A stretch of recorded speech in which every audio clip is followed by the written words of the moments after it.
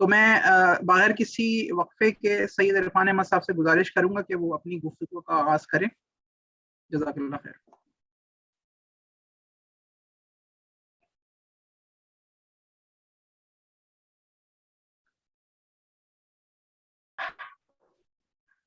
جی بہت بہت شکریہ عبید بھائی آپ کا. تمام دوستوں کو شرکاء کو میں خوش آمدید کہتا ہوں. ہمارا آج کا موضوع ہے 7 habits of highly effective people.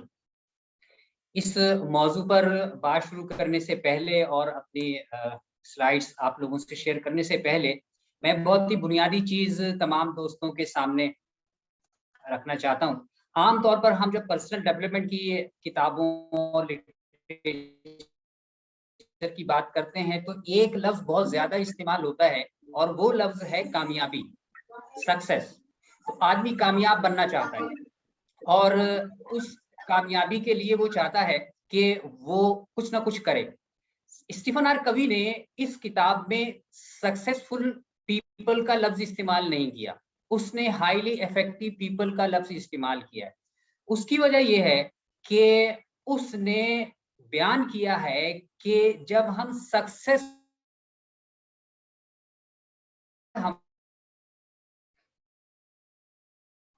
اپنی زندگی میں میری کچھ ڈیزائرز ہیں، میری کچھ خواہشات ہیں اور ان خواہشات کو میں اپنی زندگی میں حاصل کرنا چاہتا ہوں. اس کے مقابلے میں جب آدمی ہائیلی افیکٹو ہو جاتا ہے، سکسیسفل نہیں ہائیلی افیکٹو ہو جاتا ہے، تو وہ شخص دو کام کرتا ہے. وہ صرف اپنے نتیجے کی پرواہ نہیں کرتا اور ساری توانائیاں نتیجے پر خرچ نہیں کرتا بلکہ بنائے. تو یہ ٹو وے پروسیس ہے. اسٹیفن آر کوی کہتا ہے کہ یہ ٹو وے پروسیس نہ ہونے کی وجہ سے آدمی بظاہر زندگی میں کامیاب دکھائی دیتا ہے لیکن اس کی اپنی شخصیت، انفرادی زندگی بہت ہی ناکام ہوتی ہے. تو وہ کون سی ہائیلی افیکٹو لائف ہے، ہائیلی افیکٹو پرسنالٹی ہے جو ہم اپنے اندر پیدا کر سکتے ہیں، اس کے لیے اس نے 7 باتیں بیان کی ہیں جس پر ہم آپ کے ساتھ اس پر چلتے ہیں.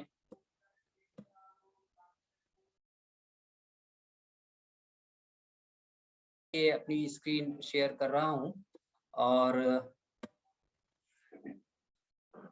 مؤثر افراد کی 7 عادات کا اس نے ذکر کیا ہے. اس میں کامیابی ڈائجسٹ کا تعارف عبید بھائی نے کروا دیا ہے. اب ہم بات کرتے ہیں کہ خود ہیبٹ کیا چیز ہوتی ہے. ہیبٹ جسے ہم عادات کہتے ہیں بنیادی طور پر ہماری 3 چیزوں کا مجموعہ ہوتی ہے. ہماری معلومات، یہ ہمارا علم، ہماری مہارت اور ہماری خواہش.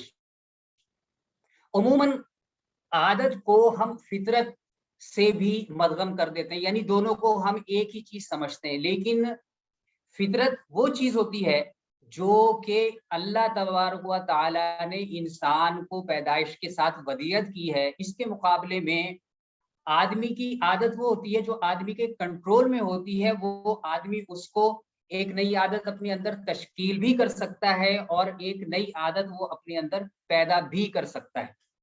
پرانی عادت آدمی ختم بھی کر سکتا ہے. اب اس بات کا انحصار کہ مجھے کون سی عادت اختیار کرنی ہے، کون سی عادت اختیار نہیں کرنی، 2 چیزوں پر ہوتا ہے. ایک چیز یہ ہے کہ آپ اپنی زندگی میں چاہتے کیا ہیں، اور دوسری چیز یہ ہے کہ کس عادت کے کتنے فوائد ہیں یا کتنے نقصانات ہیں. اور اس کے لیے ہمیں سب سے پہلے اپنے پیراڈائم کو سمجھنے کی ضرورت ہوتی ہے. اسٹیفن آر کوی یہ کہتا ہے کہ جب ہم اپنی زندگی میں کوئی بھی نئی عادت اختیار کرنا چاہتے ہیں تو سب سے پہلے ہمیں اپنی پرانی عادتوں کا جائزہ لینا چاہیے. اور ان عادات میں ہماری جو سب سے اہم عادت ہے وہ ہمارا پیراڈائم یا پیراڈائم، 2 اس کے تلفظ کیے جاتے ہیں. تو پیراڈائم یا پیراڈائم میں کو ہمیں سمجھنے کی ضرورت ہے. بہت سے پیراڈائم ایسے ہوتے ہیں جو ہمیں ہمارے ڈیزائرڈ آؤٹ کم کی طرف لے کر جانے میں رکاوٹ کا باعث بنتے ہیں، اور بہت سے ڈیزائرڈ آؤٹ کمز اور بہت سے پیراڈائم ایسے ہوتے ہیں جو ہمارے ڈیزائرڈ آؤٹ کم کی طرف ہمیں لے کر جانے والے ہوتے ہیں. پیراڈائم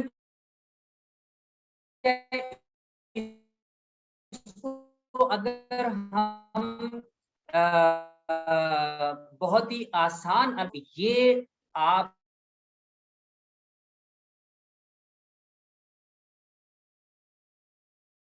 کا وہ زاویہ نظر ہے جس کے ذریعے سے آپ اس تصویر کو آپ غور سے دیکھیے. چونکہ ہمارے پاس آپس میں گفتگو کا وقت نہیں ہے، ہمارے پاس ٹوٹل جو ہے وہ 60-50 منٹ اس لیے میں آپ لوگوں سے انٹریکٹیو سیشن تو نہیں کر سکتا. میں صرف یہ گزارش کروں گا تمام شرکاء سے کہ آپ کے ذہن میں تصویر موبائل فون پر آپ اس کو نوٹ کر سکتے ہیں. اس سے یہ خاکہ بنایا گیا ہے، اور بعض شرکاء یہ کہہ سکتے ہیں کہ نہیں جی یہ ایک نوجوان لڑکی کی تصویر ہے یا شہزادی کی تصویر ہے جس کے چہرے پر، جس کے سر پر تاج ہے اور اس تاج کے اوپر ایک پرگو نے اس تصویر میں شہزادی دیکھی، وہ بھی درست ہے. پیراڈائم ہماری حقیقت کی تشکیل کرتا ہے، اس لیے ہم جو کچھ سوچ رہے ہیں یا سمجھ رہے ہیں یہ ضروری نہیں ہوتا کہ وہی حقیقت ہو. چنانچہ کسی بھی کام کو شروع کرنے سے پہلے یہ ضروری ہے کہ ہم اپنی سوچ کا، اپنے زاویہ نظر کا، اپنی فکر کا جائزہ لیں اور کھوجیں کہ کیا وہ درست ہے یا غلط ہے، اور اس درست اور غلط کا معیار ہمارے نتائج ہوتے ہیں. خیر، تو وہ اسٹیفن آر کوی نے اپنی کتاب میں اس کا جو تعریف بیان کی ہے وہ یہ paradigm is an assumption perception frame of reference. یہ یقیناً حقیقت نہیں ہوتی، لیکن یہ حقیقت بھی ہو سکتی ہے، اور حقیقت تک پہنچنے کے لیے ہمیں ضرورت پڑتی ہے کہ ہم ہیبٹس کی طرف آئیں. ہیبٹس کیا چیز ہیں؟ ہیبٹس کی ایک تعریف تو 3 چیزوں سے اس نے کرتی ہے. دوسری چیز یہ کہ ہماری جو ہیبٹ ہیں، اسٹیفن آر کوی یہ کہتا ہے کہ ہماری یہ تمام کی تمام ہیبٹس 2 طرح کی ہوتی ہیں. ایک وہ ہوتی ہیں جو کہ ہم اپنے ارد گرد کے ماحول سے اور اپنے پیئر پریشر سے، اب ہمارے والدین ہیں، ہمارے دوست احباب ہیں، رشتہ دار ہیں، ہمارا میڈیا ہے، ان سے ہم یہ ہیبٹس اپنے اندر لے کر آتے ہیں. اس لیے آپ نے غور کیا ہوا کہ اگر ایک شخص سگریٹ پیتا ہے تو عموماً اس کی اولاد بھی سگریٹ پیے گی. اگر ایک آدمی نمازی ہے تو اس کی اولاد بھی نمازی ہوگی. گویا کہ وہ اپنے گھر سے، اپنے ماحول سے وہ ہیبٹ جنریٹ کر رہا ہے. لیکن اسٹیفن کوی یہ کہتا ہے کہ آپ کو درست عادات اختیار کرنے کے لیے ضروری ہے کہ آپ کا معیار دنیا کائنات کے وہ پرنسپلز ہوں جو خدا نے تخلیق کیے ہیں، یا جن پرنسپلز کی بنیاد پہ، جن اصولوں کی بنیاد پر خدا نے اس کائنات کو تخلیق کیا ہے، وہ ان پرنسپلز کی بنیاد پر اپنے ہیبٹس کا تعین کریں گے. تو یہ جو ہماری جو 7 ہیبٹس ہیں، اسٹیفن کوی کے بقول یہ تمام کی تمام فطری اصول ہیں، اور ان فطری اصولوں کے مطابق اگر ہم اپنی زندگی گزاریں گے تو ہم اپنی زندگی میں کامیاب ہو سکتے ہیں. یہاں پر ایک بات بہت اہم چیز ہے جو عام طور پر ہمارے ہاں موٹیویشنل اسپیکرز کے ذریعے سے ہمارے اندر ایک غلط فہمی پیدا ہو گئی ہے. وہ یہ ہو گئی ہے کہ ہمیں یہ سکھایا جاتا ہے کہ if you can think, you can. If you think you can't. اور اس کا اردو میں ترجمہ یوں کر سکتے ہیں کہ اگر آپ یہ سمجھتے ہیں کہ میں یہ کام کر سکتا ہوں تو آپ وہ کام کر سکتے ہیں. And every thing is possible. جبکہ 7 ہیبٹس کی فلسفی یہ کہتی ہے کہ یہ ایسا ممکن نہیں کہ سب کچھ ممکن ہو. یہ بہت اہم نقطہ ہے جو عام طور پر ہمارے ہاں موٹیویشنل اسپیکرز کے سحر میں مبتلا خواتین و حضرات بہت مشکل سے ہضم کرتے ہیں، کیونکہ ریسرچز یہ بتاتی ہیں کہ اللہ تبارک و تعالیٰ نے جن اصولوں کے تحت فطرت کو اور پھر آپ کو اسی فطرت کے تحت تخلیق کیا ہے، اس کے تحت آپ سب کچھ نہیں کر سکتے. آپ کو مخصوص چیزوں کے لیے اللہ تبارک و تعالیٰ نے خوبیاں اور صلاحیتیں دی ہیں جنہیں آپ ٹیلنٹس کہتے ہیں، اور انہی ٹیلنٹس کے مطابق جو آپ کی فطرت اور شخصیت کا حصہ ہیں، انہی کے مطابق آپ کو اپنی زندگی، خاص طور پہ اپنے کریئر کا انتخاب کرنا چاہیے.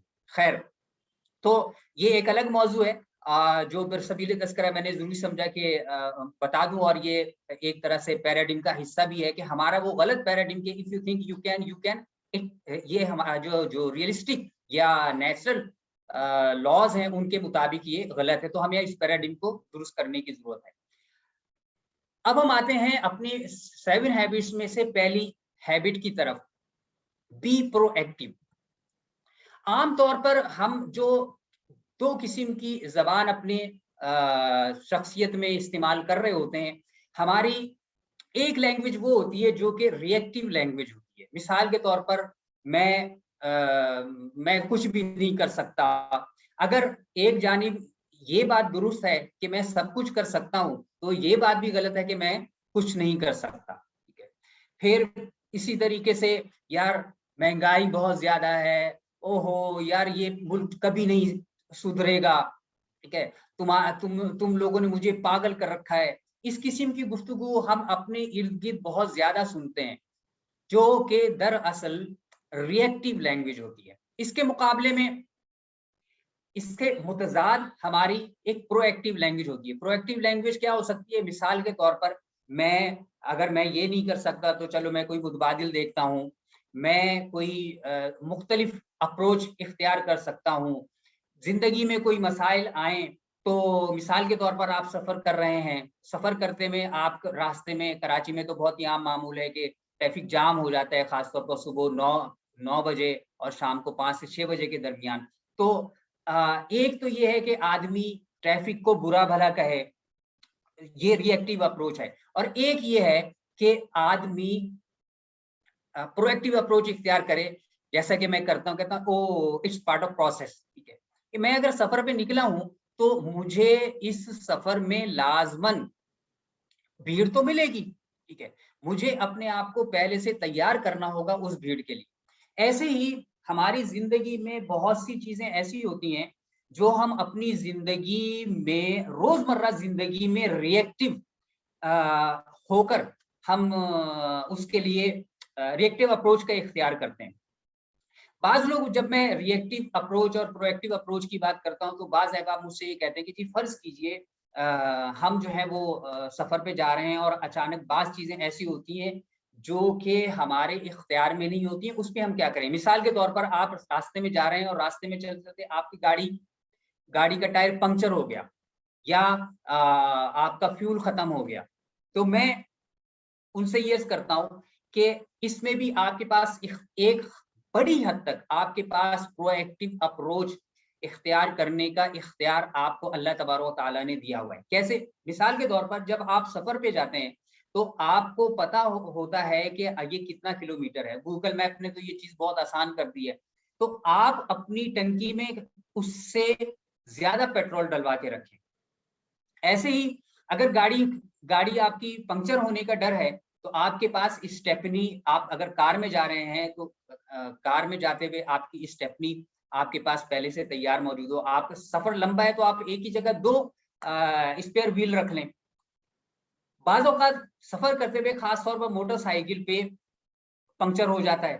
تو ایسا پنکچر کی صورت کیا ہے؟ ایسے پنکچر میں پرو ایکٹیو اپروچ یہ ہے کہ جب آپ کو یہ پتا چلے کہ 1 مہینے میں 3-4 پنکچر ہو چکے ہیں تو آپ اپنی بائک کا ٹائر بدل لیں.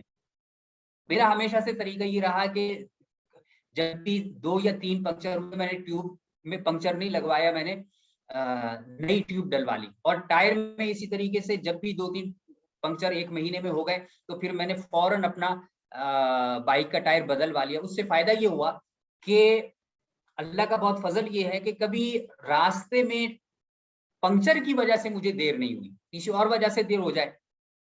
ایسی ہماری زندگی میں چھوٹی بڑی بہت سی ایسی چیزیں ہوتی ہیں جو کہ ہم ریئیکٹیو اپروچ کے ساتھ اختیار کرتے ہیں، لیکن ہم اسے پرویکٹیو اپروچ کے ساتھ بھی اختیار کر سکتے ہیں. اور کل ہی میں وکٹر فرینکل کی کتاب پڑھ رہا تھا، اس کا ایک قول میرے سامنے آیا جس میں اس نے یہ لکھا کہ آپ کے پاس اپنے کون سا عمل آپ اختیار کریں گے، ریئیکٹیو یا پرو ایکٹیو، اس کی چوائس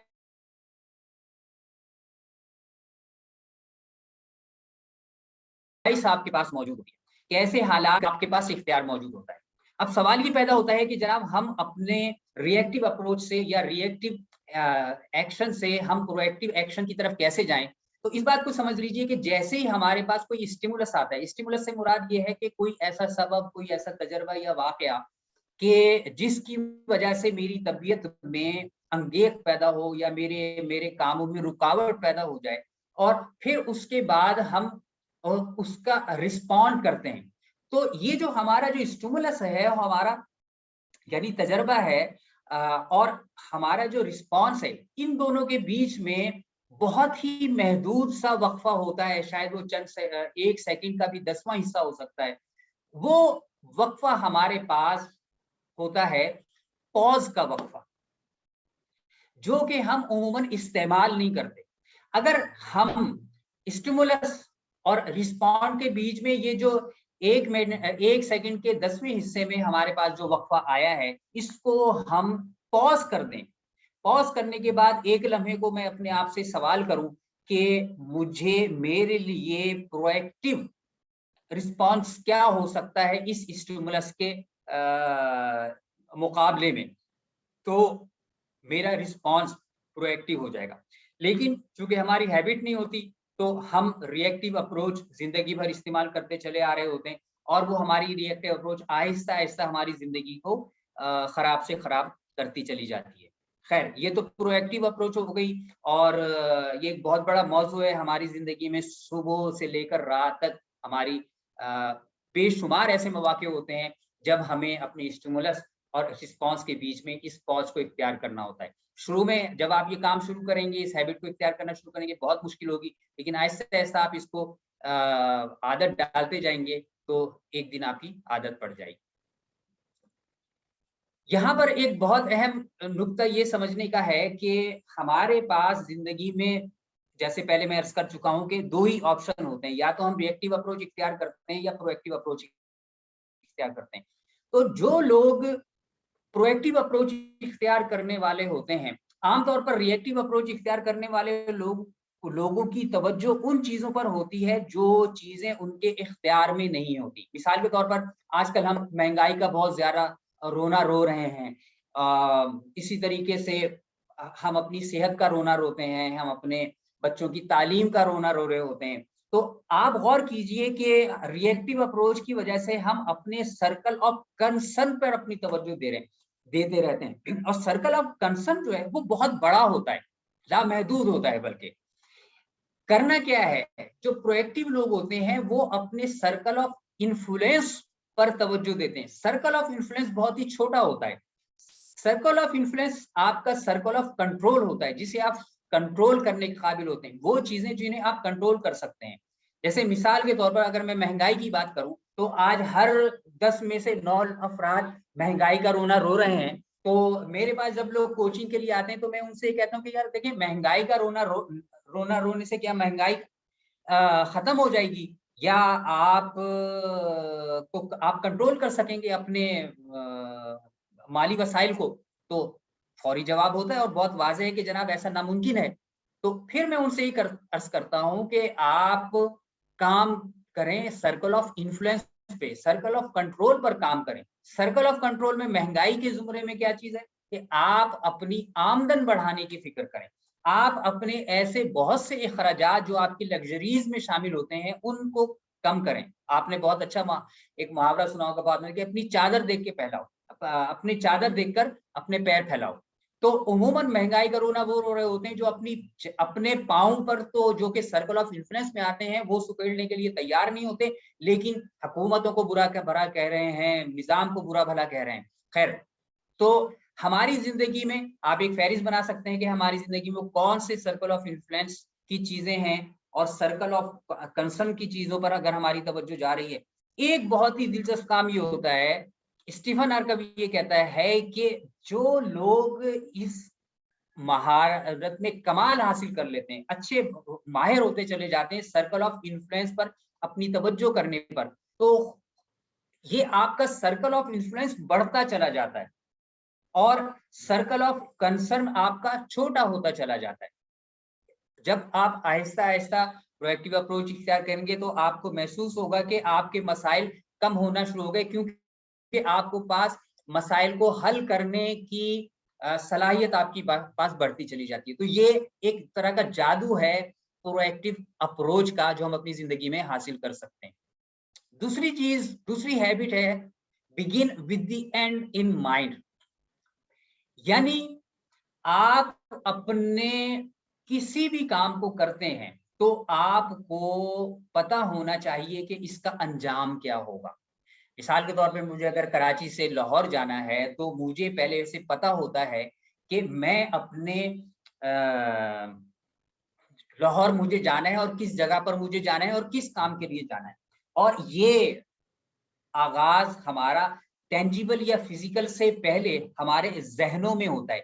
سب سے پہلے ہم اپنے ذہن میں تعین کرتے ہیں. اور اسٹیفن کوی نے اسی کتاب میں ایک جگہ لکھا ہے کہ everything is created twice, یعنی ہر شے 2 مرتبہ تخلیق کی جاتی ہے. First in mind then in the world, کہ پہلے وہ چیز جو 2 مرتبہ تخلیق کی جاتی ہے، پہلی تخلیق اس کی ہمارے ذہن میں ہوتی ہے اور دوسری طریق ہماری عملی زندگی میں ہوتی ہے جو کہ ہم اپنی زندگی گزار رہے ہیں. یہ ناممکن ہے کہ کوئی چیز جو آپ اپنے ذہن میں تخلیق نہ کر پائیں وہ آپ دنیا میں تخلیق کر لیں.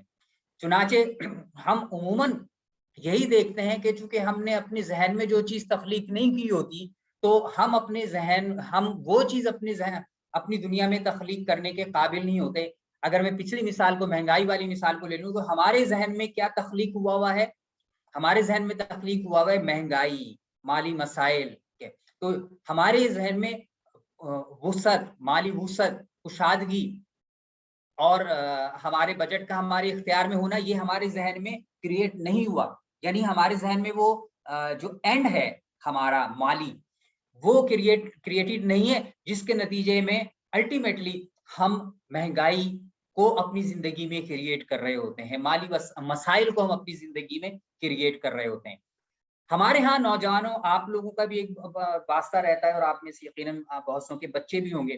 جب میں بچوں سے بات کرتا ہوں کریئر کے حوالے سے تو ہمارے ہاں بچوں سے پوچھا جائے، فرض کیجئے پچھلے دنوں میرے پاس ایک بچہ آیا اور اس نے میٹرک انٹر کا ایگزام دیا تھا.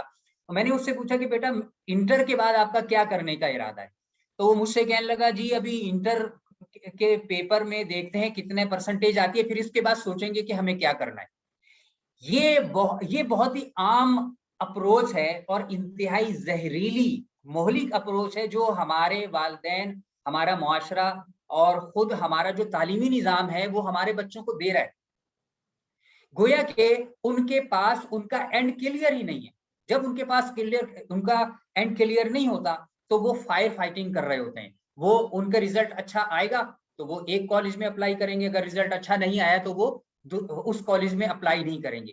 لیکن اگر آپ ایک اسٹوڈنٹ کی حیثیت سے آپ کے ذہن میں آپ کا اینڈ کلیئر ہوگا تو آپ وہی بننے کی کوشش کریں گے ایز اے پروفیشنل جو کہ آپ چاہتے ہیں، چاہے آپ کے نمبر کم ہوں یا زیادہ ہوں. اور اس کی بہت سی سٹوریز موجود ہیں کہ لوگوں کی زندگی میں رکاوٹیں آئیں اسٹوڈنٹ لائف میں، پھر اس کے بعد جب پروفیشنل لائف میں انہوں نے قدم رکھا، لیکن چونکہ ان کا اینڈ کلیئر تھا تو وہ اپنی زندگی میں وہ حاصل کرنے کے قابل ہو گئے. تیسری چیز ہے آپ کی فرسٹ تھنگ فرسٹ کیا ہے؟ یہ بنیادی طور پر ٹائم مینجمنٹ کا ایک ایڈوانسڈ ورژن کہنا چاہیے. اب تو خیر یہ ایڈوانس کا لفظ بھی نہیں کہنا چاہیے کیونکہ یہ اپروچ جو ہے اب تقریباً 50 سال پرانی ہو گئی ہے اور اس کو بہت زیادہ استعمال کیا جا رہا ہے. لیکن پاکستانی جو ہمارا آڈینس ہے وہ عام طور پر بہت ہی روایتی قسم کے, جو کہ آج سے 70-80 سال پہلے کی ٹائم مینجمنٹ کی جو اپروچ تھی اس کو اختیار کرتا چلا جا رہا ہے, جس کے تحت وہ ٹو ڈو لسٹ پر کام کرتا ہے کہ میں زیادہ سے زیادہ اپنے پورے دن میں زیادہ سے زیادہ کام کر لوں. اس کے مقابلے میں فرسٹ تھنگ فرسٹ کی اپروچ یہ ہے کہ آپ کے لیے اپنی زندگی میں جو سب سے زیادہ اہم ہے وہ اس کے مطابق آپ اپنی 24 گھنٹے کی 14 سے 40 منٹ کی زندگی کا تعین کریں. اور فرسٹ تھنگ فرسٹ کا کو اگر میں ایک جملے میں بیان کرنا چاہوں تو وہ یہ ہے آپ کی ترجیحات, آپ کی پرائرٹیز, آپ کی زندگی میں آپ کی پرائرٹیز کیا ہیں. یہاں پر آئزنہاور کا بہت ہی معروف ٹائم مینجمنٹ میٹرکس ہماری ترجیحات کا تعین کرنے اور ہماری ترجیحات کو سمجھنے میں ہمارا بہت ہی معاون ہوتا ہے. جو اسٹیفن آر کوی نے اس پر بہت بحث کی ہے اور پاکستان اور پوری دنیا میں اس میٹرکس پر بہت زیادہ ٹریننگز ہوتی ہیں. جو آدمی اس میٹرکس کو سمجھ گیا وہ سچی بات یہ ہے کہ وہ اپنی زندگی میں اپنے وقت کے کرائسس سے تو نکل جائے گا, میں گارنٹی دیتا ہوں اس کو. وہ ٹائم مینجمنٹ میٹرکس ہمیں کیا کہتا ہے, آپ یہ دیکھیے کہ اس میٹرکس میں 4 خانے موجود ہیں.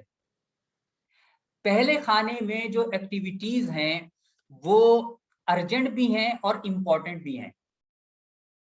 دوسرے خانے میں جو ایکٹیویٹیز ہیں وہ اگرچہ ارجنٹ نہیں ہیں, نان ارجنٹ ہیں لیکن امپورٹنٹ ہیں. اور تیسرے خانے میں ارجنٹ چیزیں موجود ہیں, ارجنٹ کام ہے لیکن امپورٹنٹ نہیں ہے. اور چوتھے خانے میں جو کام ہیں وہ نہ تو ارجنٹ ہیں اور نہ ہی امپورٹنٹ ہیں. ایک سمجھدار انسان جو اپنی زندگی کو ہائیلی افیکٹو بنانا چاہتا ہے اس کی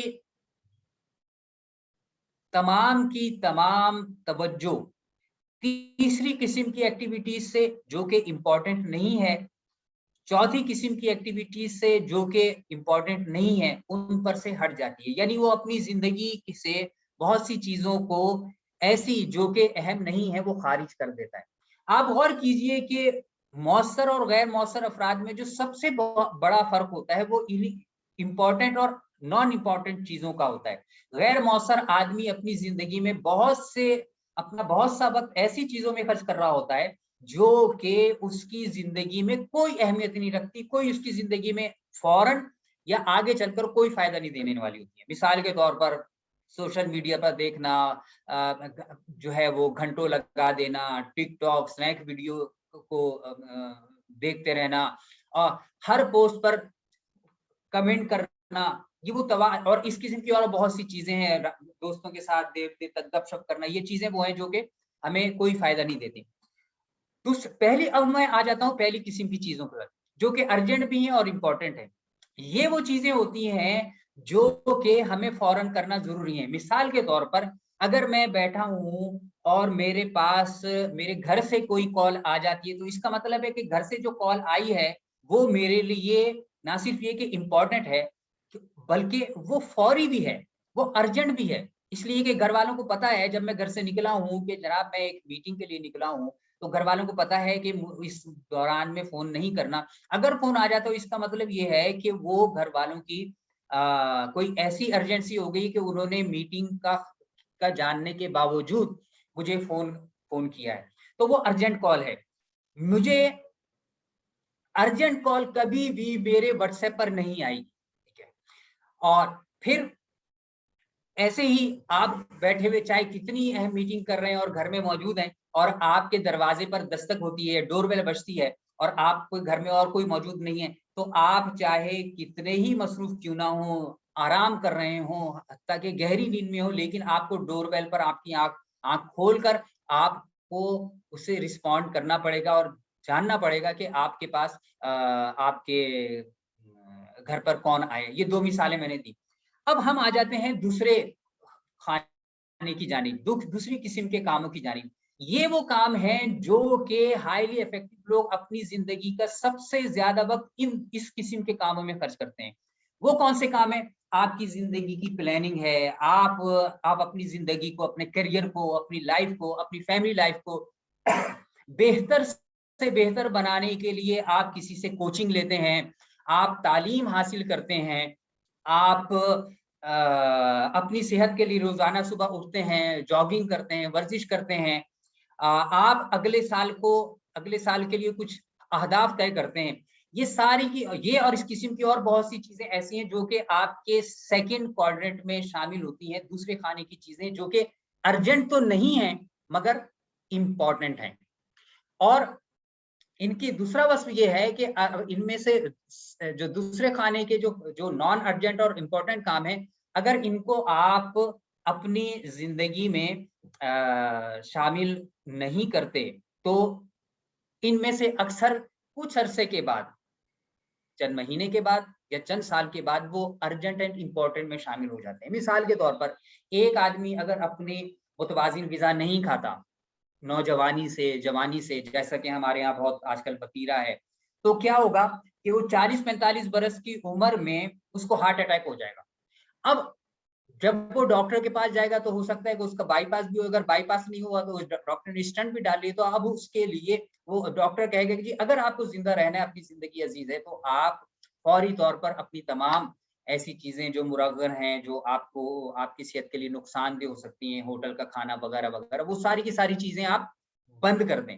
نتیجہ کیا ہوا؟ اگر یہی شخص جو 40-45 برس کی عمر میں جو ہارٹ اٹیک کا شکار ہوا ہے, وہ اگر بازاری کھانے نہ کھاتا تو وہ کبھی بھی, اس بات کا پورا امکان ہے, یعنی یقینی بات ہے کہ وہ ہارٹ اٹیک کا شکار نہیں ہوتا. لیکن چونکہ اس نے نوجوانی میں جو دوسری کوارڈنٹ کی ایکٹیویٹی ہے, اپنی صحت بخش غذا, اس کا اختیار نہیں کیا, تو ایک وقت ایسا آیا 40 برس کی عمر میں کہ اس کے لیے وہ ارجنٹ بھی بن گئی, امپورٹنٹ بھی بن گیا, کہ اب اس کو لامحالہ آج ہی سے, ابھی سے اپنی صحت بخش غذا کا اور صحت بخش ہیلتھی لائف اسٹائل اختیار کرنا ہوگا. اپنی سارے جو چٹخارے ہیں ان کو ختم کر دینا پڑے گا.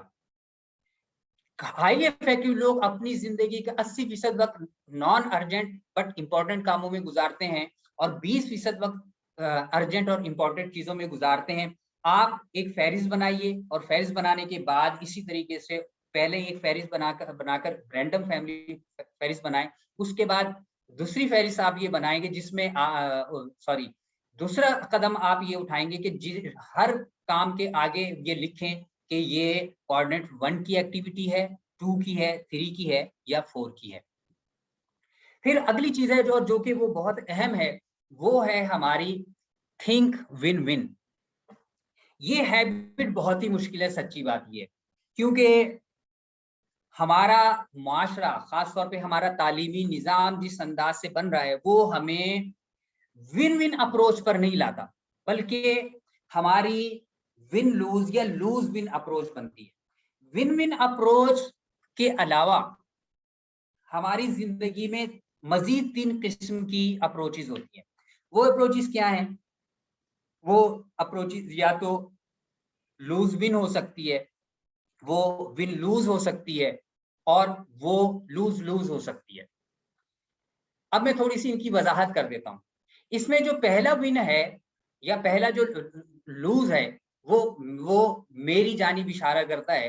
بس کیجیے آپ کے ساتھ کوئی معاملہ ہوا ہے تو پہلا ون جو ہے میری طرف اشارہ کرتا ہے, اور اسی مناسبت سے آپ اپنا بھی تعین کر سکتے ہیں. اور دوسرا ون سامنے والے مخاطب کی جانب اشارہ کرتا ہے. لوز ون کا مطلب یہ ہے, جب ایک شخص لوز ون اپروچ اختیار کرتا ہے تو اس کا مطلب یہ ہے کہ فرض کیجئے میں اگر لوز ون اپروچ اختیار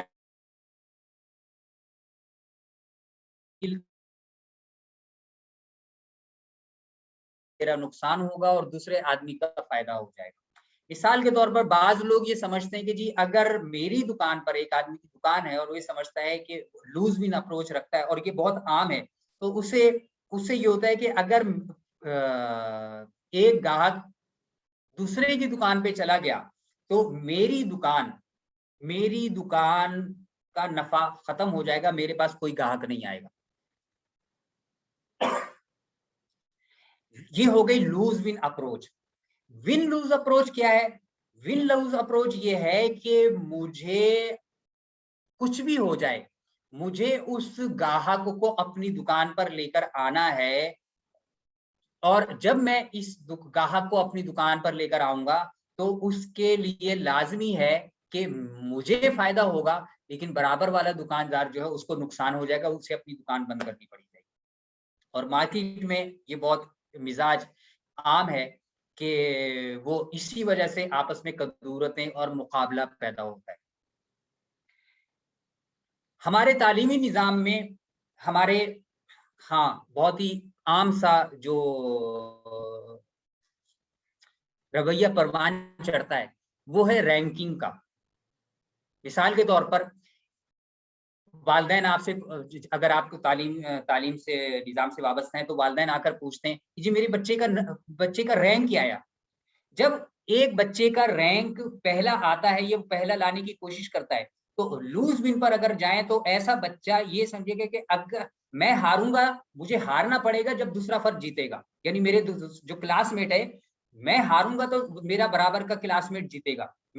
اگر میں پہلے نمبر پر نہیں آیا تو میرا دوسرا کلاس میٹ پہلے نمبر پر آئے گا. ون لوز یہ ہے کہ مجھے جیتنے کے لیے دوسرے کلاس میٹ کو پہلے ہرانا پڑے گا. اس کے مقابلے میں ایک ہے لوز اپروچ. لوز اپروچ یہ ہے کہ اگر میں کامیاب نہیں ہوا، اگر مجھے گریڈ نہیں ملا تو میں کسی کو بھی گریڈ نہیں لینے دوں گا. اس کی لوز اپروچ کی بدترین مثال جنگ ہے کہ جنگ میں دونوں جو جانبین ہیں، دونوں پارٹیاں جنگ میں اپنا انتہائی شدید نقصان کرتی ہیں. وہ لوز کی بہت بڑی مثال ہے. آپ نے سنا ہوگا ہم تو ڈوبے ہیں صنم تم کو بھی لے ڈوبیں گے. تو اس قسم کی چیزیں ہمارے معاشرے میں خاص طور پہ ہمارے فیملی ریلیشن پہ خواتین میں بہت عام ہوتی ہیں کہ اگر مجھے ایک چیز نہیں ملی تو میں دوسری کو بھی فلاں چیز لینے نہیں دوں گی، وہ اس کو خراب کر دیتی ہے یا کوئی ایسا پلان کرتی ہے کہ وہ چیز اس کو مل ہی نہ سکے. ہمارے ہاں اس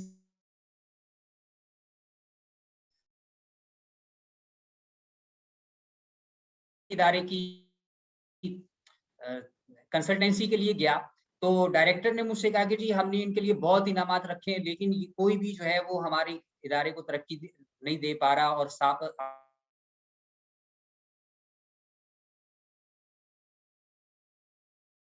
وہ برا حال ہے.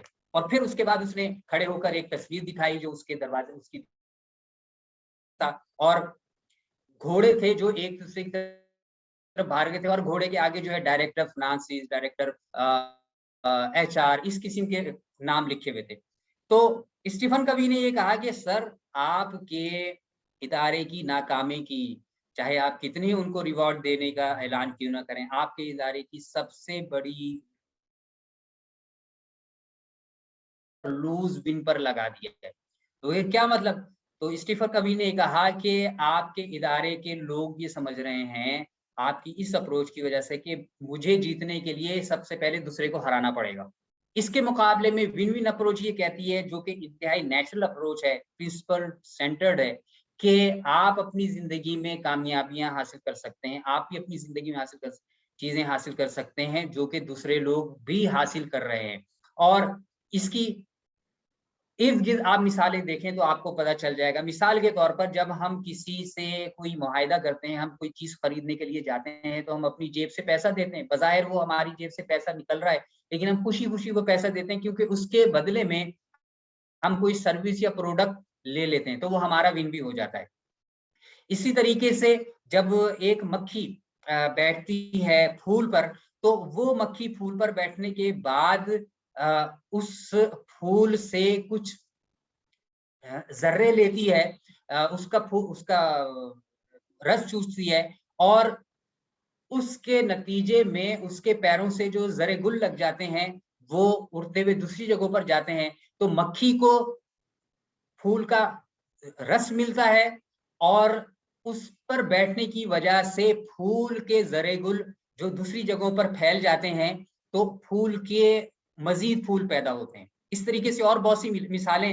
ہمیں کوئی بھی کام کرتے ہوئے اسٹیفن آر کوی نے اس پر پوری تفصیل سے بحث کی ہے, بہت سی مثالیں بھی دی ہیں. ہمیں اپنی زندگی میں اس پر عمل کرتے ہوئے یہ سوچنا ہے کہ کون سی ایسی صورتیں ہو سکتی ہیں کہ جس کے ذریعے سے ہم ون ون اپروچ اختیار کرتے ہوئے خاص طور پر اپنے آفس کے ماحول کو, اپنے اداروں کے ماحول کو, اپنے گھر کے ماحول کو بہتر بنا سکتے ہیں.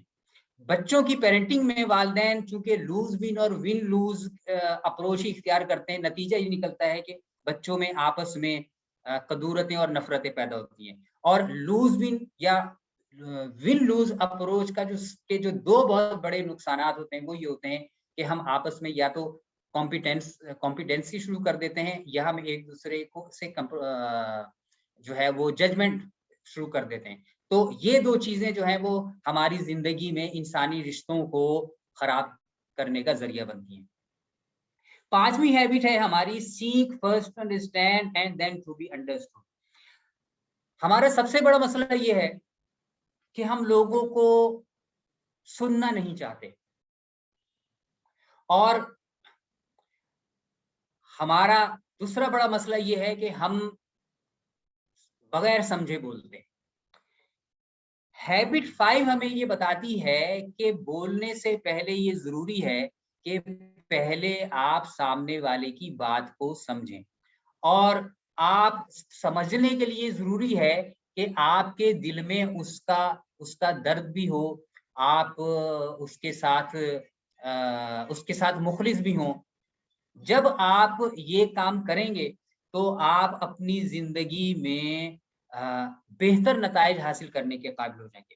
آپ کو معلوم ہوگا جو لوگ لیڈرشپ سے تعلق رکھتے ہیں کہ ہمارے ہاں جو سب سے زیادہ غلط فہمیاں پیدا ہوتی ہیں آرگنائزیشنز میں اور گھروں میں, وہ نیت کی وجہ سے نہیں ہوتی, وہ باقی ہیبٹس کی وجہ سے عموماً نہیں ہوتی. اس کی سب سے بڑی وجہ یہ ہماری پانچویں ہیبٹ ہوتی ہے کہ ہم دوسروں کو صحیح طریقے سے سمجھنے سے قاصر ہوتے ہیں, اور دوسروں کو سمجھنے کے لیے اس کے ذہن میں کیا ہے, سننا ضروری ہے. آپ کو سننے کی عادت ڈالنی چاہیے. عام طور پر ہم یہ چاہتے ہیں کہ اور ٹریننگ بھی اس قسم کی بھری پڑی ہیں, اپنے بچوں سے بھی یہ چاہتے ہیں کہ ہمارے بچوں کو اچھے سے اچھا بولنا ہے. ہم یہ چاہتے ہیں کہ ہم جو ہے ایک اچھے پبلک اسپیکر بن جائیں. لیکن حقیقت یہ ہے کہ انسانی زندگی میں اچھے اسپیکر سے زیادہ اچھا لسنر ہونا ضروری ہے. آپ کو کتنا اچھا بولنا آتا ہے اس سے بہت اچھی بات ہے کہ آپ کو اچھا بولنا آتا ہو, آپ اپنی بات کو ابلاغ کر سکیں, آپ کمیونیکیٹ کر سکیں جو کچھ آپ کے ذہن میں ہے, دل میں ہے. لیکن اس سے زیادہ اہم یہ ہے کہ آپ اپنے دوسرے کی بات کو سننے کا آپ کے اندر تحمل موجود. میں چونکہ کوچ ہوں تو ہمارے پاس سچی بات یہ ہے کہ جو اسٹریس ڈپریشن وغیرہ کے جو زیادہ تر کوچز آتے ہیں وہ کلائنٹس کا 75% مسئلہ صرف اور صرف ان کو سننے سے حل ہو جاتا ہے. آج کے دور میں سب سے بڑا مسئلہ یہ ہے کہ ہم سننے کو تیار نہیں, کوئی بھی سننے کو تیار نہیں. ہم اپنا وقت گھنٹوں اپنا وقت جو ہے ایسی چیزوں میں جو کوارڈینیٹ 3 اور کوارڈینیٹ 4 میں شامل ہوتی ہیں اس میں برباد تو کر دیتے ہیں, لیکن ہم اپنے ارد گرد موجود اپنے کولیگز, اپنے رشتہ داروں, اپنے بہن بھائیوں, اپنے والدین کو سننے کے لیے تیار نہیں ہوتے. روزانہ کے کم سے کم 15-20 منٹ ایسے نکالیں کہ جس میں آپ اپنے دوست احباب, رشتہ داروں وغیرہ کو, خاص طور پہ اپنے شریک حیات کو, آپ کے والدین ہیں تو والدین کو, اپنی اولاد ہے تو اولاد کو سننے کا ایک ٹائم ٹیبل بنائیں اور باقاعدگی سے ان کو سنا کریں. آفس میں ہیں تو آفس میں اپنی رائے دینے کی بجائے جی میں آپ کی بات سمجھ گیا ہوں, بیچ میں ٹوکنے کی بجائے ان کی بات کو مکمل ہونے دیں. جب آپ کو یقین ہو جائے کہ سامنے والا, چاہے وہ آپ کا ماتحت ہی کیوں نہ ہو, آپ کا شاگرد ہی کیوں نہ ہو, جب تک آپ کو یقین نہ ہو جائے کہ وہ اپنی بات مکمل کر چکا ہے, اس سے پہلے آپ اپنا منہ مت کھولیں. چھٹی ہیبٹ ہے ہماری سائنرجائز. آپ نے محاورہ سنا ہوگا اردو میں, 1 اکیلا اور 2 11. اور میں اس میں بڑھاتا ہوں کہ جی 3,111. ہمارے ہاں آپس کی ون ون اپروچ نہ ہونے کی وجہ سے سائنرجائز کا تصور بھی بہت ہی زیادہ دھندلا گیا ہے. سائنرجی ہماری، جب ہم اپنی زندگی میں اپنے آپ کو سائنرجائز کرتے ہیں تو ہوتا یہ ہے کہ ہم ایک جانب تو اپنی صلاحیتوں کا استعمال کر رہے ہوتے ہیں اور دوسری جانب دوسروں کی صلاحیتوں کا بھی استعمال اپنے ہی فائدے کے لیے کر رہے ہوتے ہیں. اور ایسا نہیں ہوتا کہ اگر ہم کسی دوسرے کی صلاحیتوں کا اپنے فائدے کے لیے استعمال کر رہے ہیں تو دوسرے کو ان صلاحیتوں سے فائدہ نہیں ہو رہا. سائنرجی کا کمال یہ ہے کہ جیسے ہم اپنی صلاحیتیں اور دوسرے کی صلاحیتیں اپنے فائدے کے لیے استعمال کر رہے ہیں، ایسے ہی ہماری صلاحیتوں سے اسی وقت دوسرا آدمی بھی فائدہ اٹھا رہا ہوتا ہے. مثال کے طور پر آپ جانتے ہیں کہ یورپ، امریکہ وغیرہ میں پارٹنرشپ، بڑے بڑے اداروں نے آپس میں پارٹنرشپ کی، آپس میں مرج ہوئے، اور ان کے مرج ہونے کی وجہ سے ہوا یہ کہ ان اداروں نے اپنی ترقی کو ملٹی پلائی کیا. اور اس سائنرجی کی بنیاد کیا بنتی ہے؟ One one approach. چونکہ ہمارے ہاں ون ون اپروچ نہیں ہے، خاص طور پر پاکستانی معاشرے میں، اور مجھے کہنے دیجئے کہ ہم چونکہ انتہائی یعنی زوال پذیر نہیں، امت مسلمہ اس وقت زوال یافتہ ہے، تو ہمارے ہاں ون ون اپروچ جو ہے وہ تقریباً دم توڑ چکی ہے. تو ون لوز یا لوز ون اپروچ کی وجہ سے ہم سائنرجی کی طرف نہیں آتے.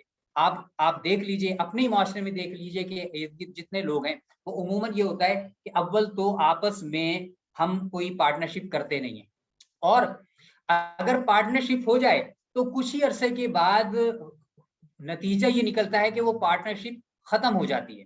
وہ ختم کیوں ہوتی ہے؟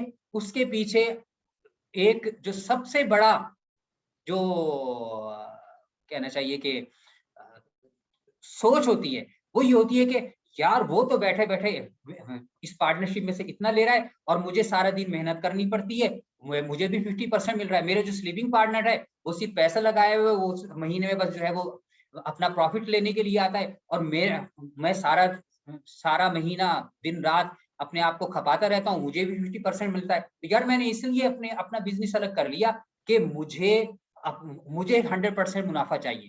اچھا، نتیجہ کیا نکلتا ہے؟ نتیجہ یہ نکلتا ہے کہ مجھے کہنے دیجئے کہ کوئی اس کی کوئی باقاعدہ جو ہے وہ انالیسس یا سروے تو موجود نہیں ہے، لیکن حقیقت یہ ہے جو میں مشاہدے کی بنیاد پہ کہہ سکتا ہوں کہ 90% بزنس جب اس اپروچ کے ساتھ اختیار کیے جاتے ہیں یا تبدیل کیے جاتے ہیں تو وہ ختم ہو جاتے ہیں. وہی کہ جب آپ ون ون اپروچ اختیار نہیں کرتے تو آپ لوز لوز پر چلے جاتے ہیں. آپ اگر اس کے مقابلے میں اگر آپ کے دماغ میں ون ون اپروچ اور پھر اس کی بنیاد پر آپ سائنرجی کو ذہن میں رکھیں تو نتیجہ یہ نکلے گا کہ آپ کا نیٹ ورک بڑھتا چلا جائے گا، آپ کی نیٹ ورتھ بھی بڑھتی چلی جائے گی، اور آپ اس سے فائدہ اٹھا رہے ہوں گے اور وہ آپ سے فائدہ اٹھا رہا ہوگا. اس طریقے سے اللہ کا نظام چلتا ہے. چونکہ ہم اس پرنسپل کے خلاف کرتے ہیں تو نتیجہ یہ نکلتا ہے کہ فطرت ہمیں اس کی سزا دیتی ہے. اور یہ ایک بات یاد رکھیے گا کہ فطرت سے جنگ میں آپ کبھی نہیں جیت سکتے. فطرت سے جنگ میں انسان کبھی نہیں جیت سکتا، ہمیشہ فطرت ہی جیتتی ہے، انسان کو ہمیشہ شکست ہوتی ہے. اور ہماری آج ناکامیوں کی بہت بڑی وجہ یہی ہے کہ ہم نے فطرت سے جنگ کرنا شروع کر دیا ہے. اور المیہ یہ ہے کہ ہم اس کو بلیف کا، ہم اس کو فیتھ کا نام دیتے ہیں، جو کہ فطرت کے بالکل خلاف ہے اور شریعت کے بھی بالکل خلاف. جناب ہماری 7ویں ہیبٹ ہے، ہم نے 6 ہیبٹس پر بات کی ہے، اور 7ویں ہیبٹ جو ہے وہ ہماری ان 6 ہیبٹس کو آگے بڑھانے کے لیے ہے. کیسے؟ ہماری زندگی میں ہماری شخصیت میں کے 4 پہلو ہیں. ہماری باڈی یعنی ہماری جو جسم ہے، ہمارا مائنڈ، بعض لوگ اس کو برین بھی کہتے ہیں، برین الگ چیز ہے، برین تو باڈی کا حصہ ہوتا ہے. ہمارا مائنڈ یعنی ہماری جو سوچنے کی صلاحیت کی، ہماری جو سوچنے کی مشین ہے. پھر ہمارا ہارٹ، ہمارا دل یعنی جذبات، اور پھر ہماری سول یعنی ہماری روح. ہماری زندگی کے یہ جو زندگی نہیں کہنا چاہیے، ہماری شخصیت کے جو یہ 4 پہلو ہیں، یہ بالکل ایسے ہی ہے جس طریقے سے ہماری گاڑی کے 4 پہیے ہوتے ہیں۔ کیا یہ ممکن ہے کہ کسی کے پاس کار ہو، 4 ویلر ہو، اور اس میں کسی ایک میں پہیے میں ہوا ذرا سی بھی کم ہو تو اس کی گاڑی بیلنس چل سکے، رواں چل سکے؟ ناممکن ہے۔ کوئی ایک بھائی یہ نہیں کہے گا کہ جناب اگر ہوا بھی کم ہے تو گاڑی کا سفر سبک نہیں ہوگا بلکہ گاڑی مسئلہ کرے گی۔ کتنی عجیب بات ہے کہ ہم اپنی زندگی میں یا تو اپنے جسم پر بہت زیادہ توجہ دے رہے ہوتے ہیں کیونکہ ہمیں ظاہر میں نظر آ رہا تھا، ٹھیک ہے، ہاں، یا تو ہم اپنی مائنڈ پر توجہ دے رہے ہوتے ہیں، اپنی توجہ جو ہے دیکھو دن رات دیکھو تو وہ پڑھ رہا ہوتا ہے، یا پھر ہم اپنے جذبات پر محنت کر رہے ہوتے ہیں، یا پھر ہم اپنی سول پر محنت کر رہے ہوتے ہیں کہ جی جب دیکھو جو آپ کو مسجد میں دکھائی دے رہا ہے، اللہ کے راستے میں نکلا ہوا ہے۔ آپ ان چاروں میں سے کسی ایک پر کام کر رہے ہیں، اگر 3 پر بھی کام کر رہے ہیں اور یہ چوتھا شعبہ آپ کی ہے تو آپ تب بھی اپنی زندگی میں کامیاب، ہائیلی افیکٹو نہیں ہو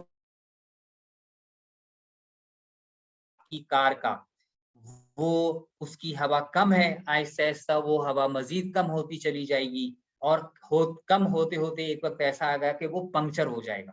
اگر آپ اپنے مائنڈ پر محنت نہیں کر رہے تو ایک وقت ایسا آئے گا کہ آپ کا دماغ کام کرنا بند کر دے گا۔ اگر آپ نے اپنے جذبات پر محنت نہیں کی تو آپ اپنے جذبات سے عاری ہوں گے، آپ کو چھوٹی چھوٹی باتوں پہ غصہ آئے گا۔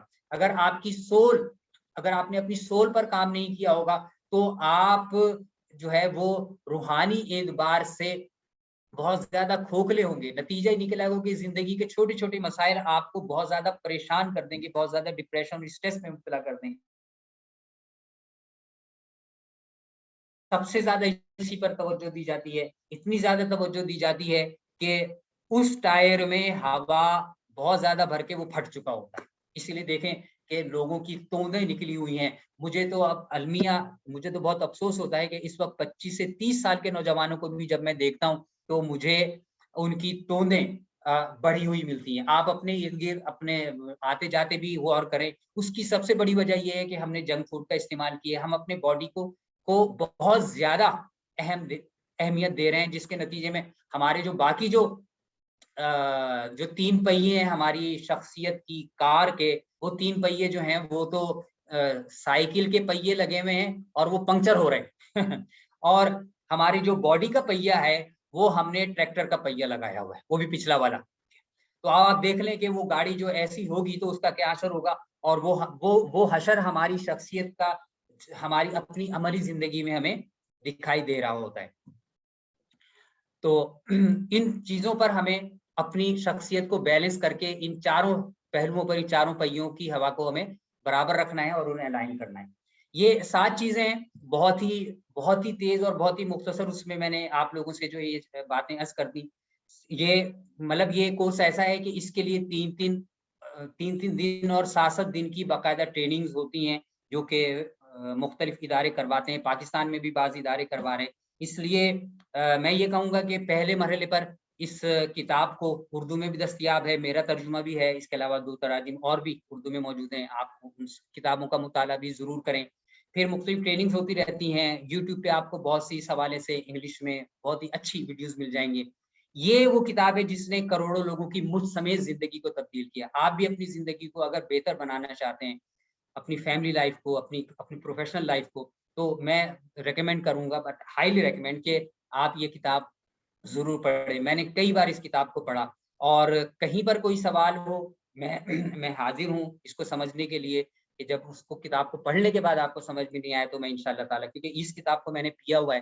اب میں مختصراً جو ہے بس 1 منٹ اور لوں گا اور آپ سے گزارش کروں گا کہ آپ کو مجھ سے رابطہ کرنا ہو تو ہمارا ڈیلی کامیابی کا ایک واٹس ایپ گروپ ہے، روزانہ کچھ اچھی چیز جو ہے ہم اس میں شیئر کر رہے ہوتے ہیں، اس میں ہم منتھلی کامیابی ڈائجسٹ کے PDF بھی ہر مہینے جو آ رہے ہوتے ہیں، پھر ساتھ ساتھ ہماری کریئر کوچنگ چل رہی ہوتی ہے، ہیپینس کوچنگ چل رہی ہوتی ہے۔ ہر سال WHO کے مطابق 9,000 سے 9,500 افراد پاکستان میں خودکشی کر رہے ہیں۔ نیچے میں نے نمبر دے دیا ہے، یہ ہمارا آفیشیل نمبر ہے۔ پھر ہم سال میں ایک بار ایک کورس کراتے ہیں اسلامک مائنڈفلنس کی ٹریننگ، جو 1 رمضان سے 30 رمضان کو اس سال ہو رہی ہے. ہمارے گروپس کے ذریعے سے لنکس شیئر کیے جائیں گے اور سارا کنٹینٹ ان کے ذریعے سے شیئر کیا جائے گا. تو اس سے پہلے میں چاہوں گا کہ آپ حضرات بھی اسلامک مائنڈفلنس کی اس ٹریننگ میں جو کہ 100% فری ہوتی ہے اس میں ضرور شرکت کریں. اور اسی کے ساتھ جو ہے میں بہت بہت شکر گزار ہوں اصلاح فاؤنڈیشن کی انتظامیہ کا. میں آپ کو چارج دوبارہ حوالے کرتا ہوں ہمارے جو ہوسٹ ہیں ان پر، اور اگر کوئی اور چیز ہے تو میں آن لائن موجود ہوں انشاءاللہ. بسم اللہ الرحمن الرحیم. جزاکم اللہ خیر. تمام شرکاء کا شکریہ، اور بالخصوص ہمارے جو ٹرینر سید عرفان احمد صاحب مدیر اعلیٰ کامیابی ڈائجسٹ تھے، ان کا شکریہ کہ انہوں نے وقت دیا. کوشچن اینڈ آنسر کے لیے ہم سوچ رہے تھے لیکن ٹائم شارٹ ہے، تو فون نمبر جو ہے وہ واٹس ایپ نمبر، شاید عرفان بھائی یہ واٹس ایپ نمبر بھی ہے آپ کا، یہ جو نمبر آپ نے دیا ہے؟ جی یہ اس پہ جی واٹس ایپ نمبر. تو کوئی سوال جواب جو ہے وہ آپ ٹائم کی شارٹیج کی وجہ سے واٹس ایپ پہ بعد میں کر سکتے ہیں عرفان بھائی کی اجازت سے. دوسرا، الاصلاح فاؤنڈیشن ملیشیا، جیسا کہ شروع میں ہمارے برادر محترم عبید الرحمان بھائی نے تعارف کروایا کہ الاصلاح فاؤنڈیشن ملیشیا جو ہے وہ بالخصوص پاکستانی افراد اور بالعموم اردو اسپیکنگ افراد کی اصلاح کے لیے، خود ہماری اپنی اصلاح کے لیے کوشاں ہے. اس سلسلے میں الحمدللہ ہم درس قرآن کی ترتیب بنایا کرتے ہیں. گزشتہ دنوں مولانا مفتی ضیاء الرحمان فاروقی صاحب کا درس قرآن ہوا عباد الرحمن، اللہ کے نیک بندوں کی صفات کے موضوع پر. اس کے ساتھ ساتھ ہم دین اور دنیا دونوں کی بہتری کے لیے چونکہ ہم کام کر رہے ہیں، تو آج کی سیریز جو ہے وہ ہماری اسکلز بلڈنگ پہ تھی، یعنی ہم اپنی صلاحیتوں کو کیسے بہتر کریں. تو ماشاءاللہ جیسے عرفان بھائی نے آپ کے سامنے 7 عادتیں پیش کی، ان 7 عادتوں میں سے شروع کی جو 3 عادتیں ہیں وہ ہماری انفرادی زندگی کو بہتر کرنے میں معاون ثابت ہو سکتی ہیں، اور آخر کی جو چوتھی، پانچویں اور چھٹی عادت ہے یہ ہماری اجتماعی زندگی کو بہتر کرنے میں معاون ثابت ہو سکتی ہے. ہماری تنظیمیں، ہمارے خاندان، ہمارے معاملات یہ بہتر ہو سکتے ہیں اس کے ذریعے، اگر اس پر ہم سوچیں سمجھیں اور اپنے جو ساتھ کام کرنے والے لوگ ہیں ان کے ساتھ اشتراکی کار کرنا چاہیں. تو عادت نمبر 4، 5، 6 یہ ہمارے لیے بہت ہی ایک ایکسٹرا آرڈنری اور ایک مفید چیز ثابت ہو سکتی ہے. اور عادت نمبر 7 جو ہے یہ اوور آل ہمارے سسٹم کو بہتر کرنے میں معاون ثابت ہو سکتی ہے. تو جزاکم اللہ خیر. باقی الاصلاح فاؤنڈیشن ملیشیا کا واٹس ایپ گروپ، ہمارا واٹس ایپ پیج اویلیبل ہے، اس کا لنک یہاں پر بھی اویلیبل ہے، ورنہ آپ سمپل جو ہے اس کے اپنا فیس بک پہ الاصلاح فاؤنڈیشن ملیشیا لکھیں گے تو وہاں پر ہمارا فیس بک پیج آ جائے گا. اس کی ریکارڈنگ بھی آپ کو فیس بک پیج کے ذریعے مل جائے گی، جو آج کی ہمارا لیکچر ہے اور گزشتہ جو ہمارا درس قرآن ہوا ہے وہ بھی ہم الاصلاح فاؤنڈیشن ملیشیا کے فیس بک پیج پہ ملاحظہ فرما سکتے ہیں. تو جزاکم اللہ خیر. اللہ تعالیٰ تمام خواتین و حضرات کو بہترین جزائے خیر دے جنہوں نے آج کی اس ورکشاپ کو جوائن کیا. اس کتاب کا نام پوچھا گیا ہے، تو کتاب کا نام ہے 7 Habits of Highly Effective People. English میں یہ کتاب ہے اوریجنل، اس کا اردو میں ترجمہ جو ہے وہ بہت ساری جگہوں پہ موجود ہے. عرفان بھائی آپ کی جو ترجمہ کی گئی کتاب ہے اس کا اردو میں کیا نام ہے؟ جی اس کے کامیاب نوجوانوں کی 7 خوبیاں. کامیاب نوجوانوں کی 7 خوبیاں، یہ اردو میں اس کا ترجمہ موجود ہے. سید عرفان احمد اس کے رائٹر ہیں. واٹس ایپ نمبر جو ہے وہ شیئر کرنے کا کہا گیا ہے، تو لاسٹ سلائیڈ پہ جو ہے وہ تھا، آپ ایک دفعہ اسپیک کر دیں، بتا دیں واٹس ایپ نمبر.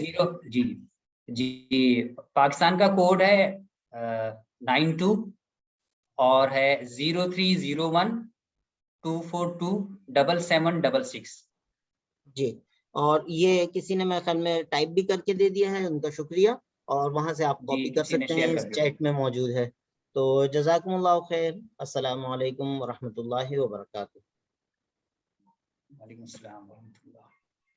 وعلیکم السلام ورحمۃ اللہ وبرکاتہ. وعلیکم السلام ورحمۃ اللہ.